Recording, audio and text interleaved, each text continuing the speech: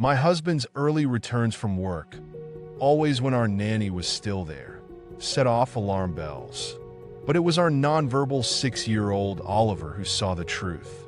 His warning, "Dad lies," written on his palm in marker, led me to uncover a secret that would shatter our world.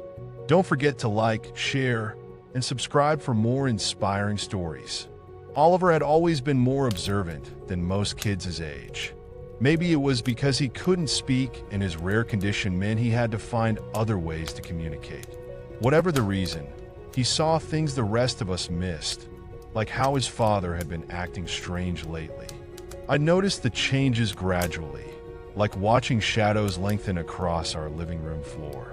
First, it was the phone calls he'd take outside, pacing the garden with one hand pressed against his ear. Then came the mysterious appointments that never quite lined up with his usual schedule. But what really set off alarm bells was when James started coming home early from work. It should have been a good thing, more family time, right? But something felt off about it, especially since he always seemed to time his arrivals when Tessa, our nanny, was still there.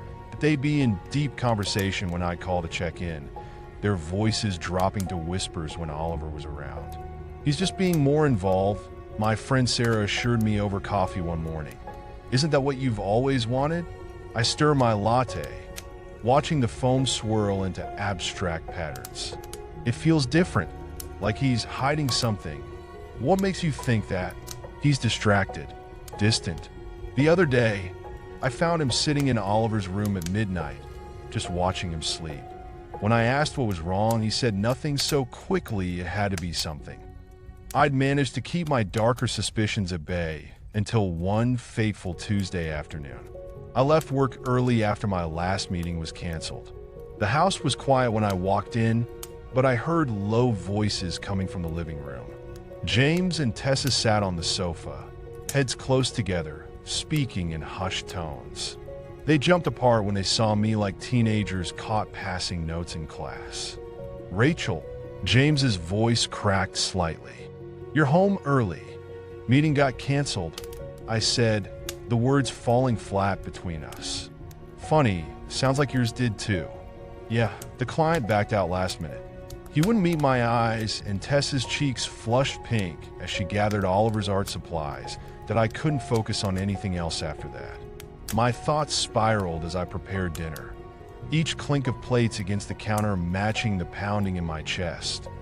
What if all those early returns home weren't about spending more time with Oliver? What if James and Tessa? I couldn't even complete the thought. The idea of him having an affair with our nanny made me physically ill, but once it took root, I couldn't shake it. I watched him across the dinner table, analyzing every gesture, every averted glance. Was he avoiding my eyes? Did that forced smile hide guilt? "How was your afternoon?" I asked, trying to keep my voice casual. "Oh, the usual." James pushed his lasagna around his plate. "Just wanted to get home early to see my favorite people." The words that would have once warmed my heart now felt like daggers. I noticed Oliver watching us intently, his bright eyes darting between our faces as if reading a story written in our expressions. After dinner, James headed out to the garden. His convenient new escape, I thought bitterly. I was loading the dishwasher, my mind still churning with suspicions, when Oliver appeared at my elbow. His small face was scrunched with worry, more serious than I'd ever seen him. He held up his palm, where he'd written 2 words in blue marker. "Dad lies." My heart stopped. Somehow, seeing those words validated every fear I'd been trying to suppress. If Oliver had noticed something was wrong, it couldn't just be my imagination. My sweet, silent boy who saw everything. What exactly had he witnessed? "What do you mean, sweetie?" I kneeled to his level. "What kind of lies?" He pointed toward the hall table, where James had left his briefcase. The same briefcase he'd been clutching like a lifeline lately, never letting it out of his sight. "Oliver, honey, that's private," I started to say, but he was already dragging it over to me, his eyes intense with purpose. My hands trembled as I opened the clasp. Inside, instead of the expected lipstick-stained collar or hidden phone, I found a manila folder stuffed with medical documents. The words jumped out at me like accusations. Stage 3. Aggressive treatment required. Survival rate. Oh God, I whispered, the papers shaking in my hands. Rachel? His voice came from behind me, quiet and defeated. I didn't want you to find out this way. I spun around, tears already streaming down my face. Find out? When exactly were you planning to tell me that you're dying? He slumped into a kitchen chair, suddenly looking 10 years older. I thought if I could just handle it myself, get the treatments done quietly. Quietly, my voice rose. Is that what all those early afternoons were about? Chemotherapy? And Tessa, she knows? She figured it out, he admitted. I needed someone to cover for me when I had appointments. I made her promise not to tell you. Why? The word came out as a sob. Did you think I couldn't handle it? That I wouldn't want to be there for you? I wanted to protect you and Oliver. I didn't want to see that look in your eyes, the one you're giving me right now. He reached for my hand. I didn't want every moment together to be overshadowed by this thing inside me. You don't get to make that choice for us, I said, but I let him hold my hand anyway. We're supposed to face these things together. That's what marriage means. Oliver appeared between us, tears rolling down his cheeks that he held up his palm again, but this time it read, I love Dad. James broke down, then really broke down, pulling Oliver into his lap. I love you too, buddy. So much. I'm sorry I scared you with all the secrets. I wrapped my arms around them both, breathing in the familiar smell of James's aftershave and feeling Oliver's small body trembling against us. No more secrets, I whispered. Whatever time we have left, we face it together. The next few weeks were a blur of doctor's appointments and difficult conversations. I took a leave of absence from work, and we told Oliver's school what was happening.